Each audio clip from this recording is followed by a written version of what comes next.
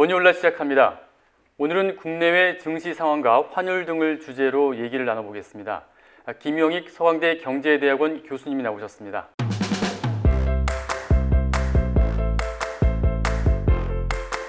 안녕하세요. 안녕하세요. 네, 안녕하십니까. 지난번 교수님 동영상 두 편이 당시에 보니까 유튜브 전체 동영상이 인기 동영상 거기에 모두 들어갔습니다. 그래서 저희도 깜짝 놀랐는데 교수님 팬들이 참 많으신 것 같아요. KBS 팬들이겠죠. 그리고 두 분 팬들일 것 같습니다. 교수님 팬이 많습니다. 그래서 저희도 그래서 야 이거 대단하다 이제 생각이 들었는데요. 자, 그럼 이제 본론으로 들어가 보면 교수님이 전에부터 이제 예측하셨던 대로 실제로 이제 9월부터 이제 조정 국면에 들어가서 지금 보면은 계속 횡보를 하면서 좀 변동성이 굉장히 좀 심하지 않습니까? 근데 교수님 그때 예측하시기로는 한 10월 말까지는 계속 이렇게 갈 것이다 이렇게 말씀을 하셨는데 지금 상황은 좀 어떻습니까? 우선 4월에서 7월까지 급등했다가 8월 초에 올해 최고점을 기록했다 계속 조정이거든요. 지루한 조정인데요. 제가 10월까지는 조정일 것이다 이런 말씀을 드렸는데요. 지금 제가 또 관심을 가지고 있는 게 국내 신문에서는 보도가 안 되지만은 영국의 파이낸셜 타임즈 해외 신문 보니까 중국하고 미국 문제가 대선 이후에도 좀 심각해질 수 있다. 이런 칼럼들이 계속 나오고 있거든요. 가장 바람직한 시나리오는 이제 미 대선 끝나고 미국이 중국에 지금 기술 규제 많이 완화하고 있지 않습니까? 그거를 아직 규제하고 있는데 그거를 완화해주고 대신 중국은 미국이 요구하는 금융시장 개방하는 것입니다. 사실 미국이 중국한테 원하는 것은 금융시장, 자본시장 안정 개방이거든요. 그러니까 2001년 중국이 WTO에 가입하고 나서 작년까지 보니까 중국이 미국에서 무역에서 약 5조 1천억 달러 정도를 벌어갔거든요. 올해도 뭐 계속 많이 벌고 있습니다. 그런데 미국 입장에서는 그 무역에서 잃은 5조 1천억 달러를 다시 찾아오는 게 목적인데 그렇죠. 미국 입장에서는 이 상품 만들어가지고 중국에서 그 돈을 찾아올 수가 없거든요. 결국 중국의 금융시장 개방을 통해 가지고 그 돈을 찾아오자는 겁니다. 주가가 제가 한 10월까지 조정될 것이다 지난번에 말씀드렸습니다만 지금 저 대선 불확실성이 이게 조금 있기 때문에 저 11월까지 좀 더 지켜보자 이런 말씀을 드리고요. 이거는 미국이나 중국 우리 시장 거의 방향은 같이 움직이거든요. 마찬가지라 생각하고 있고요. 그런데 뭐 지금 저는 서서히 주식 비중을 서서히 올릴 때라고 보고 있거든요. 단계적으로. 기본적으로 좋게 보시는 기본적으로 저는 내년 시장은 그거 좋게 보고 있고요. 우리나라 큰 시장 흐름을 보면은 80년대 후반에 3조 원으로 주가가 큰 폭 오른 적이 있었거든요. 그때 뭐 증권주들이 일시적으로 5만 원이 넘었었어요. 예를 들어 제가 1988년에 증권회사 들어갔습니다만은 그때 저 증권회사 다닌 사람들 1등 신랑감이라고 그런 이야기까지 나왔거든요. 그리고 80년대 후반에 3조 원으로 우리 기업들이 미래를 낙관적으로 투자를 많이 해가지고 기업은행이 부실해지면서 주가가 한 10여 년 동안 500에서 1000까지 박스권 보이다가 그리고 IMF 경제위기 구조 조정했다, 안정 성장했다, 금융시장이 빠르게 팽창할 것이다. 그러면서 주가가 2,000을 넘어섰거든요. 그리고 2차 도약이 있었는데요. 그리고 2011년부터 뭐 작년까지는 평균 코스피가 2,066입니다. 왔다 갔다 제자리 걸음을 했거든요. 그런데 내년에는 저는 경기도 회복되고 그 다음에 배당 수익률이 은행 이자보다 높아졌기 때문에 우리 주가가 한 단계 도약할 수 있는 해라고 생각하고 있거든요. 그래서 10월, 11월 주가가 이렇게 조정 보일 때 비중을 계속 늘려갈 시기로 저는 보고 있습니다. 근데 그 문제 말고 이제 국내 문제를 약간 좀 변수를 좀 본다면은 대주주 과세 요건 완화도 상당히 큰 영향을 미친다고 지금 계속 보도들이 나오고 있는데 교수님 보시기엔 어떻습니까? 실제로 좀 국내 주가에 영향을 좀 미칠까요? 우선 뭐 3억 원이 과연 적정 수준이냐 정부가 하기로 했으니까 뭐 하긴 해야 될 것 같은데요. 근데 우리 금융자산이 4천조가 넘었거든요. 가계 금융자산이. 이런 상황에서 그렇게 금융 규모가 커졌는데 3억은 제가 좀 낮은 수준인 것 같고요. 근데 어떻든 정부는 계속 이걸 추진하겠다. 뭐 가족 합산은 제외하더라도 개인별로 3억은 하겠다 이런 이야기를 하고 있는데요.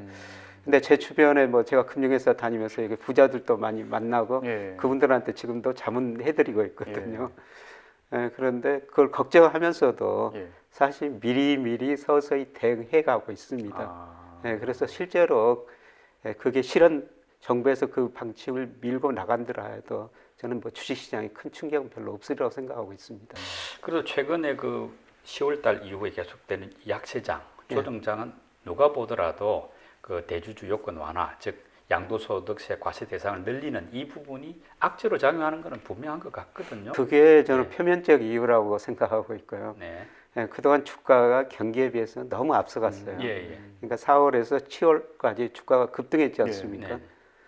물론 경제 지표 좋아졌습니다. 근데 이 주가하고 경기 사이의 괴리가 너무 벌어졌기 때문에 네. 그 괴리가 좁혀지는 과정이지. 아. 뭐 대주주 그거는 아주 저는 표면적인 일부 요인이라고 보고 있습니다. 그 방금 말씀하신 대로 이제 주가와 실물 경제 괴리 말씀하셨는데 좀 뭐 개와 주인의 관계, 네. 그게 지금 상당히 많이 벌어졌다가 지금은 좀 좁혀진 관계 상황이다 이렇게 보시는 건가요? 예.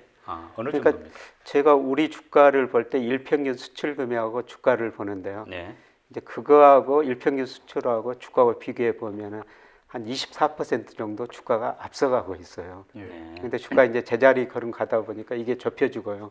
근데 다행히도 일평균 수출 금액이 제가 예상한 것보다 조금 더 좋아지고 있어요. 네. 9월 달에 20억 달러가 넘었었고요. 그다음에 10월 1일에서 20일까지 통계가 최근에 발표가 됐는데 21억 달러였었거든요. 예. 제가 한 10월에 일평균 수출이 한 19억 6천만 달러 정도 될 것이다. 제 모델에 나온 수치가 이건데요. 예. 그런데 20일까지 보니까 21억 달러로 어. 제 예상보다 조금 더 높거든요. 네. 예. 이 괴리가 좀 좁혀지고 있습니다. 그 주가는 정체되고 예. 일평균 수출은 올라가면. 그러면은 국내 일단은 경기가 좀 회복세를 보이고 있다는 좀 긍정적인 좀 신호라고 좀 보면 될 것 같고요. 국내 경기가 회복세는 보이고 있죠. 네. 네. 그러니까 우리 경제가 2017년 9월이 경기가 정점이었거든요. 예. 근데 제가 최근에 여러 가지 발표되는 경제 지표 보니까 지난 5월이 경기 저점이었을 것 같아요. 아. 동행지 순환변동치 올라가고 그다음에 경제 심리 올라가고 예. 선행지수도 올라가고요. 제일 중요한 거는 그 장단기 금리 차거든요. 예. 이 장단기 금리 차가 미래 경제 예측하는데 굉장히 중요한 역할을 해요. 예. 장단기 금리 차가 축소되거나 역전되면 경기가 나쁘다는 거고요. 그렇죠. 예. 이게 확대되면은 앞으로 경기가 좋아진다는 거거든요. 예. 사실 작년 그 3분기에 미국의 장단기 금리차가 역전됐었어요. 예. 10년 국채 수익률이 3개월물보다 낮아졌었거든요. 그러니까. 예. 그래서 제가 그걸 보고 미국 경제 침체 온다 그랬는데 코로나가 터져가지고 사실 침체가 왔고요. 네. 우리나라도 그때 역전됐었어요. 예. 근데 최근에 이게 꾸준히 확대되고 있거든요. 네. 제가 장단기 금리차라는 것은 10년 국채 수익률하고요. 네. 그다음에 단기는 CD 91일물 이 유통 수익률 이게 우리 경제를 제일 설명하더라고요. 예. 이걸 가지고 해보니까 우리 경제 성장률에 이게 3분기 선행합니다. 네. 예. 근데 이 장단기 금리차가 지난 3분기까지 계속 확대됐거든요. 네. 그런데 이게 3분기까지 장단기 금리차가 확대됐으니까 이 3분기 선행성을 고려하면은 최소한 내년 상반기까지는 경제 성장률이 계속 올라간다는 거죠. 이걸 보면은 뭐 우리 경기가 이미 저점을 치고 회복 국면에 접어들었다. 그런데 과거 보면은 경기 확장 국면 평균이 33개월입니다. 네. 올 겨울이 저점이었다면은 이제 경기 확장 국면 초기고요. 네. 내년에는 이 장단기 금리차가 예고한 것처럼 경기 확장 국면이 진행될 거라는 겁니다. 예.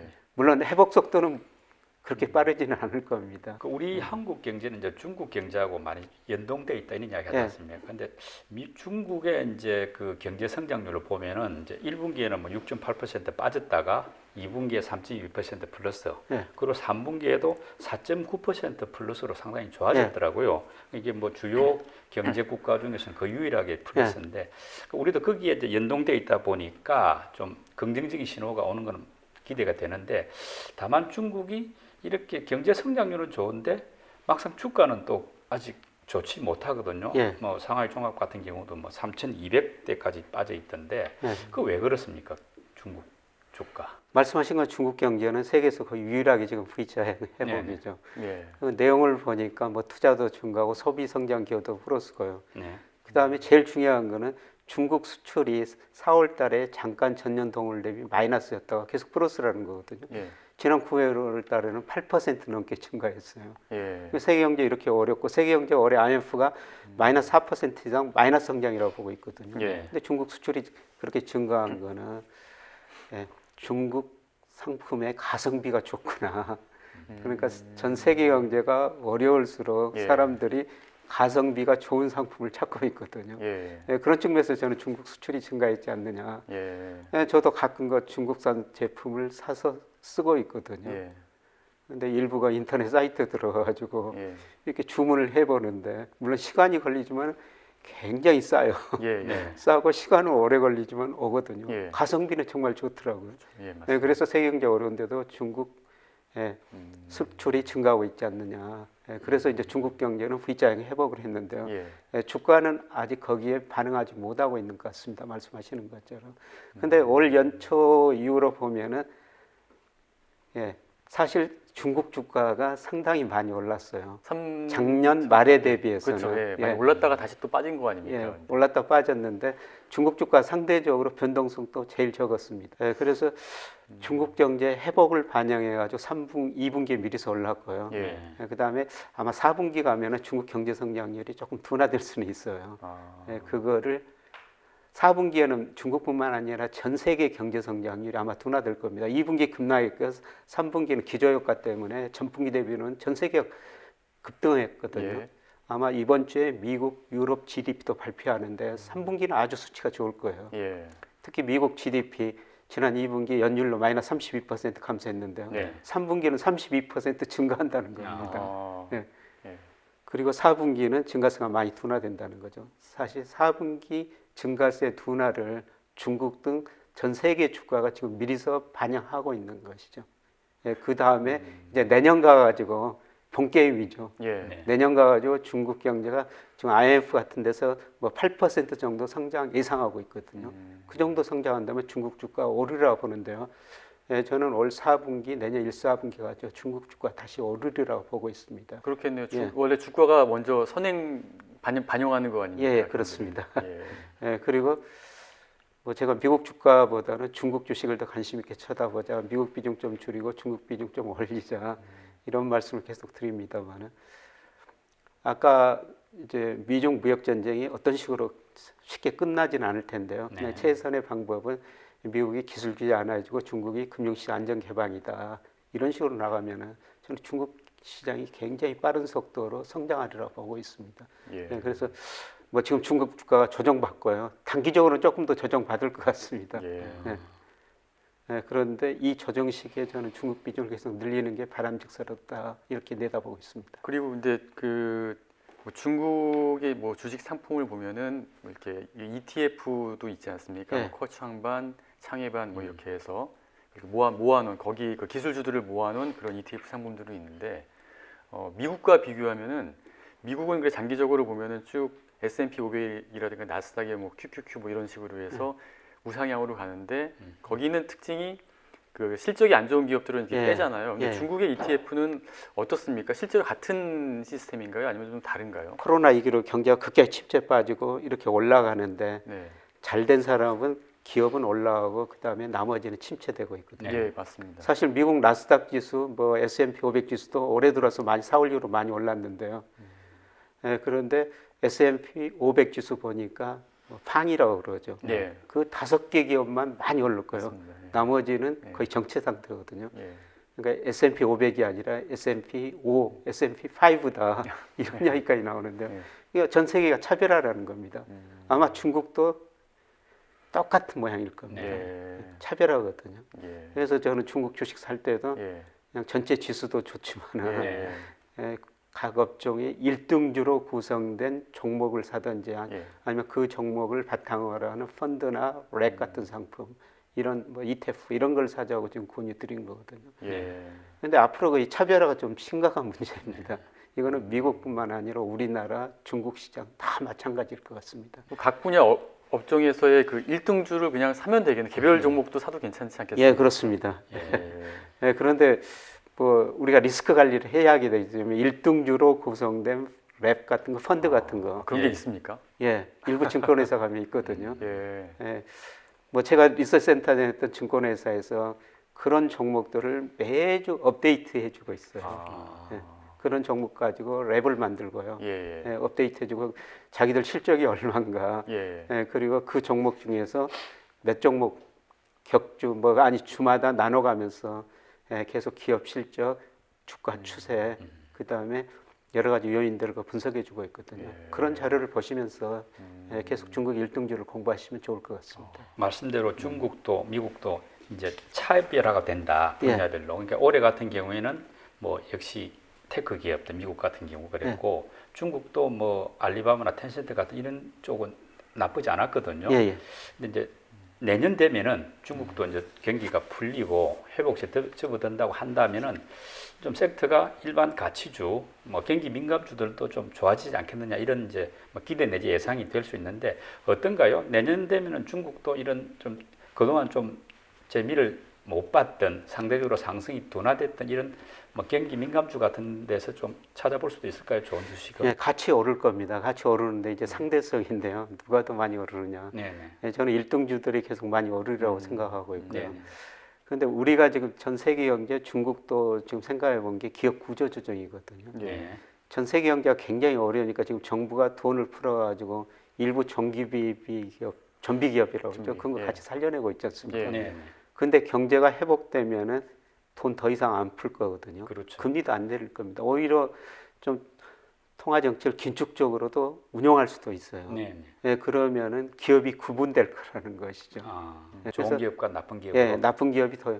그러니까 지금 전 세계가 어려우니까 정부가 기업 구조 조정 안 하고 있는데 네. 이게 통화 긴축 쪽으로 조금만 들어서더라도 시장에 의해서 많은 기업들이 구조 조정할 거라는 겁니다. 예. 예, 그래서 갈수록 차별화는 더 심화될 수밖에 없으니까 우리가 투자할 때는 정말 그 1등 기업들 네. 예, 그런 기업들 중심으로 투자를 해야 될 것 같습니다. 실무는 이제 말하면 섹터가 예. 이제 좋은 기업을 1등 기업을 선택한다는 건 당연하고 좀 이해가 되는데 중국에서 내년 중국 시장에서 좀 섹터별로 볼 때 기존의 기술주 말고 다른 가치주도 좀 좋아질 수 있느냐 예. 그걸 여쭤보는 거예요. 그거는 같이 주가 지수가 오르면서 같이 올라갈 겁니다. 아, 그러니까 나중에 뭐 우리 주식시장도 좀 자세히 말씀드리겠습니다만 네네. 요새 우리 주식시장에서 은행주가 오르고 그다음에 포스코 같은 이런 주식이 오르거든요. 네네. 이거는 환율이 떨어지고 그다음에 한국 경제가 수출보다는 상대적으로 내수가 성장할 것이다. 이런 네. 기대를 반영한 거거든요. 예. 뭐 중국도 그런 똑같은 시장이 반영될 아. 거라고 지금 보고 있습니다. 자, 그리고 그 중국이 금융시장을 지금 쭉 개방하고 있는 그런 추세인데, 예. 근데 아직까지는 이제 환율하고 금리 부분은 잡고 있지 않습니까? 예. 그것도 조만간 좀 풀 거라고 보십니까? 아니면 어느 정도까지 더 경쟁력을 가질 때까지는 갖고 있을 거라고 좀 보세요? 그게 조금 시간의 문제인 것 같아요. 네. 예, 중국이 장기적으로 위안화 국제화를 포함한 금융 강국을 추구하고 있지 않습니까? 예, 그래서 단계적으로 시장 개방했어요. 금융 산업을 먼저 개방했죠. 작년에 은행 개방했고요. 예. 네. 올해 보험사, 증권사는 올해 12월에 개방할 것이다. 중국이 약속했는데 4월에 이미 다 개방해버렸거든요. 네. 이제 산업은 다 개방했고요. 이제 남은 게 금리 자유하고 환율 자유, 야시장 자유하거든요. 예. 이게 이제 저는 금리 자유화 먼저 하리라고 보고 있고요. 아. 예, 그러면서 중국의 낮았던 금리가 일시적으로 반등할 수가 있어요. 금리 자유화되면 정부가 지금 금리를 통제하기 때문에 금리가 네. 낮거든요. 근데 시장에 맡겨주면은 뭐 6%, 8% 성장한 나라에서 국제 수익이 2%라면 말도 안 되는 이야기죠. 그래서 일시적으로 금리 자유하면서 금리가 오르면서 좀 충격이 올 수가 있고요. 예, 그다음에 미국이 이제 요구한 게 외환시장 자유화죠. 네. 예, 그게 가장 바람직한 시나리오는 아까 미국 새로운 대통령 당선되고 나서 미국이 중국한테 기술 규제 안 해주고 중국은 금융시장 개방으로 서로 주고받는 네. 예, 이렇게 되면은 예, 중국의 외환시장 자유화도 조금 더 빨리 이거 진전될 수가 있습니다. 예. 근데 저는 시간의 문제지 결국 할 수밖에 없다 그렇게 예. 보고 있습니다. 교수님, 그 보니까 경제연구소를 새로 만드신 것 같은데 예. ESG 경제연구소 어떤 일을 하는? 예, 연구소가- 최근에 그 지인들과 좀 같이 만들었는데요. 예. ESG 뭐 우리가 많이 알려진 것처럼 환경, 그 다음에 사회적 가치, 아. 지배구조 예. 이거 굉장히 중요한 문제이지 않습니까? 예. 예. 뭐 이런 것들을 저희들이 앞으로 저 국가 경제나 기업들 지배구조 이런 걸 나중에 한번 평가해 보고자 아. 장기적인 목표고요. 예. 단기적으로는 그 S가 sustainable 예. 그러니까 지속적 성장이거든요. 네. 경제도 예, 예. 지속적 성장이고 그다음에 우리 가게도 지속적 성장을 해야 돼요. 그렇죠. 예, 그리고 특히 뭐 5, 60대 이분들이 그 금융 지식이 상당히 좀 부족하신 것 같더라고요. 예, 그래서 그런 분들한테 좀 도움을 드려야 되겠다. 사실 그런 분들이 지금 금융자산은 제일 많습니다. 예. 그런데 금융자산 배분에 대해서 금융에 대해서 별로 그 지식이 없으신 것 같더라고요. 아, 예. 그래서 그런 분들을 좀 도와드려야 되겠다. 예. 이런 의도에서 연구소를 한번 만들었습니다. 예.